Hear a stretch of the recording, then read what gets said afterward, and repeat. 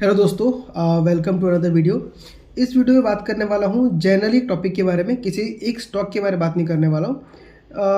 बात यह है कि देखिए, क्या टेक्निकल एनालिसिस एक्चुअल में काम करता है कि नहीं करता है। अब यहाँ पे मैं उसके अगेंस्ट बात करने वाला नहीं हूँ, क्योंकि मैं खुद पहले टेक्निकल एनालिसिस करता था, फंडामेंटल एनालिसिस भी करता था, बट मेरा प्रोसेस बहुत ही ख़राब था। मतलब उसका कोई लॉजिक सेंस बनता नहीं था और इसकी वजह से मुझे बहुत कन्फ्यूजन होता था। मतलब मान लीजिए मैंने टेक्निकल बेसिस पे कोई एक स्टॉक ले लिया, तो अब मेरे को हमेशा मतलब ये टेंशन में रहता था कि आपका वो प्राइस हिट करेगा कि नहीं करेगा। अगर सपोर्ट पे आया तो सपोर्ट को तोड़ के नीचे चला जाएगा या ऊपर चला जाएगा, ये भी मुझे कुछ पता नहीं है। तो देखिए, टेक्निकल एनालिसिस में लोग मेनली करते क्या है कि चार्ट्स को देखते हैं और चार्ट्स के पैटर्न को देख के समझने का ट्राई करते हैं कि यहाँ से वापस ऊपर जाएगा या यहाँ से नीचे आएगा। और इसको स्टडी करने के लिए बहुत सारा सिस्टम बनाया गया है, EMA, DMA, RSI, बहुत कुछ चीज़ें। और मैं आपको आज ये बताने वाला हूँ कि मेरे ख्याल से ये आपका 90% काम का नहीं, यूजलेस है। आप 10% कभी कभार इसको देखिए, आपको अच्छा मिलना, अच्छा लगने के लिए, बट ये एक्चुअल में काम नहीं करता है। अब उसका एग्जांपल आपको दिखाऊंगा। और जो मेन चीज़ जो काम करता है स्टॉक मार्केट में, वो है बिजनेस का स्टडी करना। और बिजनेस का स्टडी करने का मतलब भी ये नहीं होता है कि आप स्टॉक का स्क्रीनर में जाइए और उसका प्राइस टू अर्निंग देख लीजिए, डेट टू इक्विटी देख लीजिए, और भी कुछ कैश फ्लोज देख लीजिए। ये सब चीज़ भी नहीं है, ये सिर्फ किताबी बातें हैं। और ये सब चीज़ देख के मैं खुद करता था पहले, इसलिए मैं बता सकता हूँ कि वो काम नहीं करता है। आपने बहुत लोगों को देखा होगा कि उनके अंदर कन्विक्शन होता है बहुत ज़्यादा कि इस स्टॉक में पैसा लगा सकते हैं, तो लगाते हैं और वो अच्छा सा रिटर्न देता भी है। और उनको ये भी पता होता है कि कब निकल जाना है। तो ये सब आपको कब पता चलेगा? जब आप कंपनी के बिजनेस को समझने का ट्राई करोगे। सिर्फ चार्ट्स देखने से या सिर्फ उन नंबर्स को देख लेने से, कोई प्राइस टू अर्निंग देख लिया, डेट टू इक्विटी देख लिया, कैश फ्लो रेशियो देख लिया, ये सब देखने से कोई फ़ायदा है ही नहीं। ये मैं अपने पर्सनल एक्सपीरियंस से बोल रहा हूँ। अब पहले मैं आपको दिखाता हूँ कि चार्ट में क्यों कोई फ़ायदा नहीं होता। जैसे मान लीजिए आपका यहाँ पे येस बैंक का है, तो येस बैंक ने बहुत अच्छा खासा रैली आपको दिखाया था कुछ साल पहले। कुछ साल मतलब 2009 से अगर मैं देखूँ तो 2009 से 2018 तक आपका येस बैंक ने आपको लगभग 28 टाइम्स का प्रॉफिट कमा के दिया है। 28 टाइम्स मतलब कितना, 13 रुपीज़ से वो चला गया था सीधा आपका 395 रुपीज़ का। मतलब बहुत भयंकर प्रॉफिट है। लेकिन अब अगर देखेंगे उसके बाद से, तो स्टॉक आते आते नीचे आपका सीधा अभी 21-20 पे चल रहा है। ऑलमोस्ट वो जो 2009 में था, अगर देखो तो मेरे ख्याल से 15 साल हो गया मेरे ख्याल से। यस, 15 साल पहले जिस प्राइस पे घूम रहा था, आज भी उसी प्राइस पे घूम रहा है। अब टेक्निकल चार्ट वाले नॉर्मली क्या करते हैं, वो प्राइस को देखेंगे, वहाँ पे लोग सपोर्ट वोट लगा देंगे कुछ कुछ, और बोलेंगे इस सपोर्ट पे आया तो यहाँ से ऊपर जाना चाहिए। और स्टॉक जाता भी है, उसका रीज़न अलग होता है, आपको बताऊंगा मैं, उसका रीज़न अलग होता है, बट वहाँ से ऊपर जाता भी है। फिर जब नीचे आता है तो लोग वही लोग बोलते हैं कि जो सपोर्ट पे आ गया है तो हमें यहाँ पे एक एंट्री लेके देख सकते हैं, अगर यहाँ से वापस ऊपर जाता है तो आपको इतना प्रॉफिट हो सकता है। और अगर यहाँ पे मान लीजिए ब्रेकडाउन दे दिया तो नीचे आ सकता है। तो यहाँ पे देखिए टेक्निकल में क्या हो रहा है, आपको दोनों तरफ का बातें बोल दिया जा रहा है कि ऐसा हो गया तो वैसा हो जाएगा, ऐसा हो गया तो ऐसा हो जाएगा। कोई ये नहीं बोलता कि यहाँ पोजीशन लो, यहाँ से कंपनी आगे ग्रोथ करेगी। अब मान लीजिए आप येस बैंक में यहाँ पे लेते भी सपोर्ट के पास, तो नीचे गिरता, फिर यहाँ से ऊपर की तरफ जाने लग गया, तो अब लोग क्या बोलेंगे कि अब सपोर्ट को ब्रेक करने वाला है, डिसाइसिव ब्रेक करेगा, हाई वॉल्यूम से ब्रेक कर रहा है, तो और ऊपर जाना चाहिए। बट वहाँ स्टॉक फिर नीचे आया और ऐसा कंटिन्यू होते होते काफ़ी नीचे आता गया। सारा सपोर्ट, सारा जो टेक्निकल एनालिसिस है, सब धरा का धर रह गया। और ये जब ऊपर ग्रोथ कर रहा था उस टाइम पे भी देखिए, जब जब सपोर्ट पे आ रहा है तो वो लोग खरीद के ऊपर जा रहे हैं, ठीक है। अब आप बताइए, कॉमन सेंसिकल बात क्या है कि आप यहाँ पे हर बार यहाँ पे खरीद के बेचें, या एक बार में इसको खरीद के रखिए या पोजीशन बनाते रहिए और इस पूरा 28 गुना को आप ट्रैक कीजिए। अब देखिए, आप यहाँ पे अगर मैं देखता हूँ तो आप जब भी ये मैंने वीकली चार्ट लगाया, तो अगर आप बहुत सीजन मतलब ट्रेडर है, आप बहुत नंबर 1 ट्रेडर है, तो आप यहाँ पे कितना कितना प्रॉफिट कमा रहे हैं। आपने एक साल के अंदर 158% का प्रॉफिट कमाया, फिर आपने यहाँ पे छोड़ दिया, फिर आपने कहीं पे एंट्री लिया। तो ये प्रैक्टिकली थियोरेटिकली देखने में लगता है कि आप हर उस जगह पे निकल जाएंगे, हर उस जगह पे एंट्री कर लेंगे तो बहुत पैसा कमाएंगे। बट जब आप एवरेज करके देखेंगे तो आपने तो एक बहुत सारा ब्रोकरेज चार्जेस भी दिया होगा, प्लस आपको थोड़ा टेंशन भी लेना पड़ा होगा कब निकलना है, कब घुसना है। लेकिन अगर आप वही सेम चीज़ पैसा को हर कंपनी का मैनेजमेंट का जो बातें सुन के, रिजल्ट को देख के, अगर आप हर जगह पे ऐड करते रहते, तो आपका जो प्रॉफिट हुआ है वो इससे कहीं ज़्यादा होता।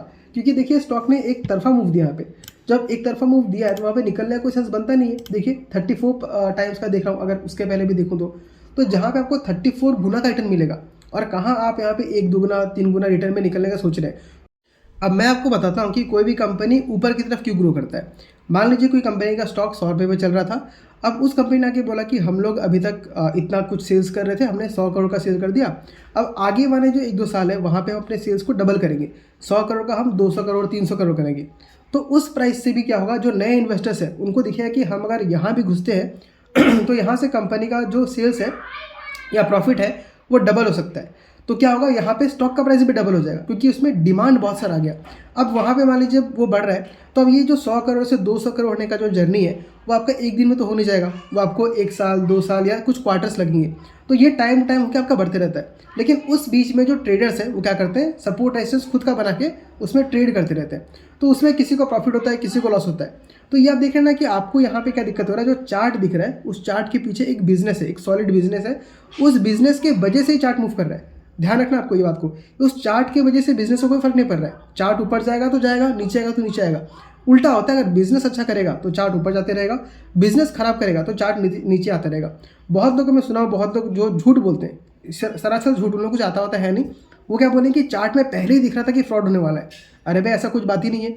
जब तक बिजनेस में आपको समझ में ना आए तब तक आप बोल नहीं सकते। चार्ट तो बाद में फॉलो करता है ना। आपने कई बार देखा होगा कि आपका जब कंपनी का रिजल्ट खराब निकल के आता है उसके बाद वहाँ पे आपका चार्ट में फॉल देखने के लिए मिलता है। जैसे रिसेंटली एक कंपनी हमने देखा, किंग्स इंफ्रा बोल के, उनके सीएमडी का डेथ हो गया। तो डेथ होने के बाद उस कंपनी में लगभग 19% का फॉल देखने के लिए मिला। अब यहाँ पे कुछ लोग गहलों क्या बोलते हैं, कुछ भी रीज़न बता देंगे कि देखो यहाँ पहले दिख रहा था कि ये चार्ट, ये कैंडल यहाँ पे गिर रहा है तो ये 20% गिरेगा। मतलब वो ये प्रेडिक्ट कर दे रहे हैं कि एक आदमी का वहाँ पे डेथ हो सकता है। तो ये एकदम ही नॉनसेंस बात है, इसका कोई फ़र्क नहीं पड़ता। अब यहाँ पे एक और चीज़ देखिए, बहुत लोग ये बोलते हैं कि क्या कहते हैं कि प्राइस में सब कुछ डिस्काउंटेड रहता है। ऐसा कुछ नहीं है, ये सब कुछ अननोन है। आपका जो प्राइस जो मूवमेंट दिखाता है वो दिखा रहा है लोगों का सेंटीमेंट। अब मान लीजिए मेरा सेंटीमेंट, मुझे लगता है कि आज ये कंपनी बहुत अच्छा करेगी, कल को मैंने किसी भी रीज़न से डिसीजन बनाया कि कंपनी बेकार करेगी तो बेच दूंगा। तो ऐसे तो मेरे जैसे करोड़ों लोग हैं, उन सारे का डिसीजन मिल के तो स्टॉक ऊपर नीचे जा रहा है ना। कोई सोच रहा है खरीदना चाहिए, कोई सोच रहा है बेचना चाहिए, कोई सोच रहा है शॉर्ट कर देना चाहिए, कोई सोच रहा है होल्ड करना चाहिए। तो ऐसे बहुत सारी चीज़ों को मिल के यहाँ पे दिखा रहा है। तो अगर आप इन चार्ट्स को समझने का ट्राई कर रहे हो, इसका मतलब ये है कि आप करोड़ों लोगों के थॉट प्रोसेस को समझने का ट्राई कर रहे हो, जो कि इम्पॉसिबल है, एकदम इम्पॉसिबल है। उनका थॉट प्रोसेस कब मैच करेगा, जब कंपनी अच्छा ग्रोथ दिखाएगा। अब यहाँ पे एक और चीज़ देखिए, आपने देखा होगा कि कंपनी जो काफ़ी महंगा होता है, जो मान लीजिए 70-80 के पी पे है, वो और भी ऊपर भागते रहता है। उसका भी एक बहुत बड़ा सा रीज़न है। देखिए 2 कंपनी से एग्जांपल लूँगा, अगर ये बात आप समझ गए तो आपको समझ में आ जाएगा कि स्टॉक का प्राइस ऊपर की तरफ मूव करता ही क्यों है। 2 कंपनी मान के चलते हैं, दोनों कंपनी का मालिक मान लीजिए मैं ही हूँ। पहला कंपनी में कहानी ये है कि मेरा एक स्टॉल था, फूड का स्टॉल था, जहाँ से मैं हर साल हज़ार करोड़ का क्या करता हूँ, रेवेन्यू जनरेट करता हूँ, और उसमें से मान लीजिए मेरे को 500 करोड़ का प्रॉफिट होता है। पहला सेल्स ही है। लेकिन अब मैं बोल रहा हूँ कि मेरा बिजनेस का जितना ग्रो होना था मैं कर लिया, मैं कैश फ्लो पॉजिटिव हो चुका हूँ, भर के डिविडेंड दूंगा, और मैं अपने इन्वेस्टर्स को बुला रहा हूँ। तो अगर आपके पास मान लीजिए आज 1000 रुपये है तो आप मुझे 1000 रुपये देंगे, तो आपका वो 1000 रुपये ग्रो नहीं करने वाला है। क्यों नहीं करने वाला है? क्योंकि मेरा सेल्स ग्रो करने वाला नहीं है। मैं हर साल 1000 करोड़ का ही सेल्स करूंगा और 500 करोड़ का प्रॉफिट करूंगा। उसमें से कुछ डिविडेंड मुझे मिलता है तो मुझे मिल सकता है। तो जो इन्वेस्टर्स को अपने पैसों को बड़ा करना है, मान लीजिए आज मेरे पास 1000 रुपये है और मैं चाहता हूँ कि मेरा 1000 रुपये आज 5000 बन जाए, तो इस कंपनी में नहीं बनेगा, क्योंकि इस कंपनी में के बिजनेस में ही ग्रोथ नहीं है। आपको डिविडेंड मिल रहा है, डिविडेंड के लिए मान लीजिए आपने उसको कंटिन्यू कर सकते हैं, जैसे एफडी करना होता है तो उसे वैसे कंटिन्यू कर सकते हैं। बट अगर आपका सेफ रिटर्न ही चाहिए तो आप डायरेक्ट एफडी में ही चाहिए ना। अब मान लीजिए मैं बोल रहा हूँ कि मैं हर साल 1000 करोड़ का बिजनेस करूँगा, कल के दिन में मान लीजिए कुछ भी हो गया, कुछ भी रीज़न आ गया, मेरा बिजनेस अगर फॉल कर गया, 1000 रुपये से अगर मान लीजिए 500 पे मेरा रेवेन्यू आ गया, तो आपका जो पैसा जो 1000 रुपये ला रखा है उसका वैल्यू भी घट जाएगा। ऑफकोर्स आपको डिविडेंड मिलता रहेगा पहले की तरह, कम डिविडेंड मिलेगा बट मिलेगा, बट इसका पैसा डूब तो गया ना। बट वहीं पे अगर मैं ऐसे बोलता हूँ कि आज तक मैंने 1000 रुपये का सेल्स किया, करोड़ का सेल किया, आगे जाके मैं और 4-5 दुकान खोलने वाला हूँ, मेरा वैल्यूएशन बहुत महंगा है। बट नए इन्वेस्टर्स क्या दिख रहा है कि इस जगह के बाद भी कंपनी क्या बोल रही है कि आगे जाके और 4-5 हज़ार करोड़ का प्रॉफिट करेगी, यानी दुकानें नया खोलेगी, नया प्रॉफिट कमाएगी। तो यहाँ पे ग्रोथ का अपॉर्चुनिटी है। तो मैंने जो बिजनेस में 1000 रुपये डाला है उसका वैल्यू भी आगे बढ़ के 5000 हो जाएगा अगर ये बिजनेस ग्रो करता है तो उसमें महंगा होने के बाद भी यहाँ से ग्रोथ दिख रहा है, इसलिए वहाँ पे लोग और इन्वेस्ट करने के लिए आते हैं और स्टॉक का प्राइस भी बढ़ता है क्योंकि डिमांड बढ़ गया। तो इस तरीके से आपको सोचना है। और बिजनेस में खराबी आ गया तो कैसा भी बिजनेस हो उसमें स्टॉक में डिमांड नहीं आता है। कोई आप खुद बताइए, आपने बहुत मेहनत करके पैसा कमाया, तो क्या आप वो पैसा किसी ऐसे बिजनेसमैन को देना चाहेंगे कि जो बोल रहा है कि हम आगे जाके ग्रो अच्छा नहीं कर पाएंगे, आगे जाके प्रॉब्लम हो सकता है। जनरल आपका कोई फ्रेंड भी अगर है, आपको बोले कि भाई मैं बिजनेस चला रहा हूँ, मेरे को थोड़ा पैसे दे दे, बट बिजनेस आगे दिक्कत है, मैं सिर्फ सस्टेन करने के लिए ले रहा हूँ, पैसा थोड़ा डूब भी सकता है, तो आप उसको नहीं दोगे। आप बहुत तगड़े दोस्त हो तो अलग बात है, आप उसको रिस्क लेके दोगे, बट एज ए इन्वेस्टर आप बोलो कि नहीं भाई मैं पैसा क्यों उतने में डुबाऊँ, मैं वही पैसा किसी और कंपनी को दूंगा जो मुझे ये बोल रहा है कि पैसा मुझे दो, मैं आगे अच्छा खासा ग्रोथ करूंगा और मेरे ग्रोथ के साथ साथ मेरे बिजनेस का वैल्यू बढ़ेगा, तो आपने जो पैसा इन्वेस्ट किया है उसका वैल्यू भी बढ़ जाएगा। तो इस तरीके से किसी भी स्टॉक में डिमांड का क्रिएशन होता है और वो स्टॉक ओवर भागता है।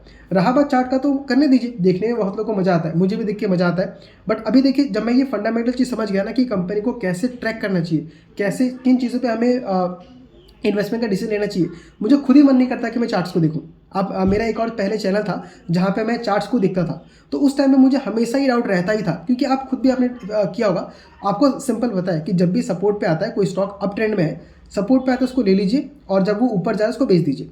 तो आपको ये लेकिन गारंटी कौन देगा कि सपोर्ट पे आने के बाद स्टॉक नीचे नहीं आएगा, वहाँ से नीचे भी तो आ सकता है, तो उसके लिए आप स्टॉप लॉस लगा लेते हैं। तो ये आप कीजिए जो करना है, बट आपको भी मन में पता है कि यहाँ पे कोई 100% गारंटी नहीं है, आपको श्योर ही नहीं पता कि अगर आप हमेशा पैनिक में ही रहेंगे। और इसमें एक रिटर्न ये दिक्कत ये भी आता है कि मान लीजिए आपने 100 में पैसा लगा दिया और वो पैसा डबल हो गया, तो वहाँ भी आपको आइडिया दिमाग काम नहीं करेगा कि मैं इसको होल्ड करूँ कि प्रॉफिट निकाल लूँ, कुछ समझ में नहीं आएगा। तो वहाँ भी लोग क्या करते हैं, कुछ पैसा निकालते हैं, कुछ पैसे रख देते हैं। बट ये सारे जो प्रॉब्लम्स है, अगर आप फंडामेंटली अच्छे से स्टडी करते हैं, मैनेजमेंट को सुनते हैं, कौन को सुनते हैं, तो बहुत सारे डाउट्स अपने आप ही क्लियर हो जाता है। उस टाइम पे आपके पास इतना कन्विक्शन आता है कि जब स्टॉक नीचे गिर रहा होगा ना, उस टाइम पे भी आप बाय कर सकते हैं, क्योंकि आपको बिजनेस के बारे में पता है। और ये जो बाकी जो बड़े बड़े इन्वेस्टर जो बोलते रहते हैं कि अच्छे बिजनेस जब गिरते हैं तब खरीदना चाहिए, तो आपको कैसे पता कि बिजनेस अच्छा है? सिर्फ चार्ट में देख के आपको कुछ पता नहीं चलने वाला। आपको कौन सुनना पड़ेगा, मैनेजमेंट का बात सुनना पड़ेगा, और मैनेजमेंट हर 3 महीने में क्वार्टरली रिजल्ट लेके आती है, तो वहाँ पे से आपको नंबर नहीं दिख रहा है कि प्रॉफिट इतना से इतना बढ़ गया, ये इतना से इतना बढ़ गया, उसके 1-2 दिन बाद ही आपका कॉल होता है। और कौन में कंपनी बोलती है कि हम लोग यहाँ के बाद और 4-5 दुकान खोलेंगे और ग्रोथ दिखा सकते हैं, या हम लोग को टैरिफ की वजह से दिक्कत होने वाला है, या टैरिफ से हमको ये इम्पैक्ट पड़ेगा। तो ये सब चीज़ आप पढ़ोगे तब आपको मिलेगा ना। अब बहुत लोग चाहते हैं कि मेरे को शॉर्टकट में आंसर मिल जाए, बट ऐसा पॉसिबल नहीं है। आप जैसे में जॉब भी कर रहे हो, तो आप मतलब दिन में जा रहे हो 6 घंटा 8 घंटा काम कर रहे हो, पूरे महीने काम कर रहे हो, फिर आपको पैसा मिल रहा है। तो उसी तरीके से अगर आपको स्टॉक मार्केट में पैसा कमाना है तो आपको फ्री में नहीं मिलेगा ना, तो भी आपको वहाँ पे स्टडी करना पड़ेगा, आपको समझना पड़ेगा कि कंपनी क्या बोल रही है, तभी तो आप रिस्क लोगे। क्योंकि एक तो आपने मेहनत करके पैसा कमाया, उस पैसे को ऐसी जुए की तरह मत उड़ाओ, उसको स्टडी करके समझो, ताकि वो पैसा भी आपको और कमा के दे। मैं एग्जाम्पल बहुत सारे दे सकता हूँ कि पहले मैं मंथ में लगभग 4,000-5,000 इन्वेस्ट करता था, लेकिन अब मेरा कैपिटल अच्छा खासा हो गया है, तो अब मेरे को जब प्रॉफिट ही निकल के आता है, तो 1-2 स्टॉक से जब मैं प्रॉफिट कभी कभार भी निकालता हूँ, तो मुझे 10,000-20,000 का प्रॉफिट निकल के आता है, जो कि मेरे इनिशियल अमाउंट में जो मैं इन्वेस्ट करता था उससे ज़्यादा है। तो इस तरीके से आपको स्टॉक मार्केट में करना है। आपको स्टार्टिंग में ही आके 10,000 रुपये लेके आए, 20,000 रुपये लेके आए, आपको ये नहीं सोचना है कि मैं प्रॉफिट निकालना शुरू करूँ। पहले उस कैपिटल को अच्छा खासा ग्रो करवाइए, उसके बाद उसमें से आपका प्रॉफिट खुद निकलने का टाइम आएगा, बट वो टाइम आपको देना पड़ेगा। तो ये आप उसको ऐसे मान के चलिए कि मैं जॉब कर रहा हूँ, तो मेरा जॉब में रेगुलर इनकम है, एक्टिव इनकम है, बट क्योंकि मैं मान लीजिए बहुत लोग का ये होता है, 90% लोग का होता है कि मैं 10 साल 5 साल जॉब करूँगा, उसके बाद अपना एक बिजनेस सेटअप कर लूँगा। तो आपको जब मौका मिला कि स्टॉक मार्केट के थ्रू आप एक साइड बिजनेस चालू कीजिए। आप खुद बिजनेस नहीं भी कर सकते हैं, तो आप दूसरे के बिजनेस में डाल रहे हैं ना, तो वो जब ग्रो करेगा तो उसमें आपका पैसा भी ग्रो कर जाएगा, और उस बिजनेस से आपको पैसा आना शुरू हो जाएगा। जैसे मुझे भी आता है, ऑफकोर्स मैं उस पैसे को वापस से क्या करता हूँ, स्टॉक मार्केट में डालता हूँ, क्योंकि मेरा एक टारगेट है, वो जब अमाउंट क्लियर हो जाएगा तब उसमें से मैं थोड़ा बहुत पैसे निकाल के जो भी मुझे करना है करूँगा। क्योंकि फिलहाल मेरा खर्चा आराम से चल रहा है, मेरा बहुत ज़्यादा डिमांड नहीं है, बहुत ज़्यादा नीड्स नहीं है, तो मैनेज कर पा रहा हूँ। बट जो भी चीज़ है आपको थोड़ा सा पेशेंस रख के ही करना पड़ेगा, तभी आप स्टॉक मार्केट से रेगुलर इनकम कमा सकते हैं। तो नेट वही है कि मैंने तो एक्सपीरियंस कर लिया, आई एम वेरी लकी कि मुझे समझ में आ गया। जल्दी समझ में मुझे नहीं आया, मैं भी लगभग 2018 से कर रहा हूँ, और मुझे 1.5 साल पहले समझ में आया कि कंपनी को एक्चुअली में कैसे एनालाइज करना है। बट लकीली मैं क्योंकि काफ़ी सेंसिबल आदमी हूँ, तो मैंने स्टार्टिंग से लेकर अभी तक आज तक कभी उल्टा पुल्टा काम नहीं किया। जिस भी कंपनी में इन्वेस्ट किया था तो कुछ थॉट प्रोसेस के साथ ही किया था, भले वो सक्सेसफुल नहीं हो पा रहा था, बट फिर भी कैपिटल को बढ़ाते बढ़ाते मैंने काफ़ी अच्छा खासा कैपिटल बढ़ाया। और ऑप्शन ट्रेडिंग मैंने एक बार किया था, तो लेकिन समझने के लिए, क्योंकि आदमी को जिज्ञासा होता ही है, जब हर तरफ से देखते हैं कि ये लोग इतना कमा ले रहा है तो आपको भी इंटरेस्ट आता है। तो उसी के चक्कर में मैंने भी ऑप्शन ट्रेडिंग करके देखा, बट मुझे लॉस हुआ। और फिर जब मैंने और डीप में रिसर्च किया तो मेरे को समझ में आया कि ऑप्शन ट्रेडिंग हम जैसे छोटे रिटेलर्स के लिए फ़िलहाल नहीं है, आपको करना भी है तो आप कैपिटल को बढ़ा तो करो, उसके लायक बन जाओ, उसके बाद हेजिंग के लिए ऑप्शन सेलिंग करो, या मेरे ख्याल से तभी मुझे जरूरत नहीं पड़ता है। अगर आपको हेजिंग करना है तो गोल्ड में थोड़ा बहुत इन्वेस्ट कर दो, काफ़ी अच्छा हेजिंग है। बट वो तो बात का बात है। मैं खुद के लिए थैंकफुल हूँ कि मैंने कोई बहुत बड़ा मिस्टेक किया नहीं, और मैंने कैपिटल को 2018 से आज की डेट में काफ़ी अच्छा खासा ग्रो कर लिया है। और उसी के साथ साथ मैंने अपना घर ही बनाया, बहुत बड़ा घर तो नहीं बनाया बट ठीक है, 2 लोग 4 लोग रहने के लिए काफ़ी अच्छा खासा घर बन गया, शादी भी हो गया। तो ये सब जो मैंने अरेंज किया पैसे को, वो सब स्टॉक मार्केट और जो रेगुलर इनकम मैं कमाता हूँ उन सबको मैंने मिला के कर लिया। तो इस तरीके से आप भी कर सकते हैं, बट आपको अच्छे से पैसे को मैनेज करना आना पड़ेगा और सीरियसली आपको स्टॉक में लगना पड़ेगा, तभी आप बहुत अच्छा खासा मोटा पैसा कमा सकते हैं। अभी बेयर मार्केट चल रहा है तो मार्केट में किसी ने पैसा नहीं बनाया, किसी का पोर्टफोलियो 30% डाउन है, किसी का 5% डाउन है, बट आगे आने वाले बुल रन में बहुत अच्छा चांसेस है कि हम लोग ने जो कंपनी सेलेक्ट करके रखा हुआ है उनमें बहुत अच्छा खासा ग्रोथ मिलेगा, क्योंकि कंपनी फंडामेंटली बहुत ही स्ट्रांग है। तो काफ़ी लंबा वीडियो हो गया, और मैं काफ़ी टाइम सोच रहा था कि इसके ऊपर वीडियो बनाऊं, क्योंकि बहुत बड़ा लर्निंग मेरे लिए रहा है 2025 में, और मैं चाहता हूं कि बाकी लोग भी सीख जाए, क्योंकि उसके बाद ही आपको अच्छा खासा ग्रोथ देखने के लिए मिल सकता है। तो आई होप आपको ये अच्छा लगा होगा इन्फॉर्मेशन, और अच्छा लगा तो वीडियो को लाइक कीजिए और चैनल को सब्सक्राइब कर लीजिए, क्योंकि मैं ऐसे वीडियोस आपके सामने ट्राई करूँगा रोज़ लेके आते रहूँ।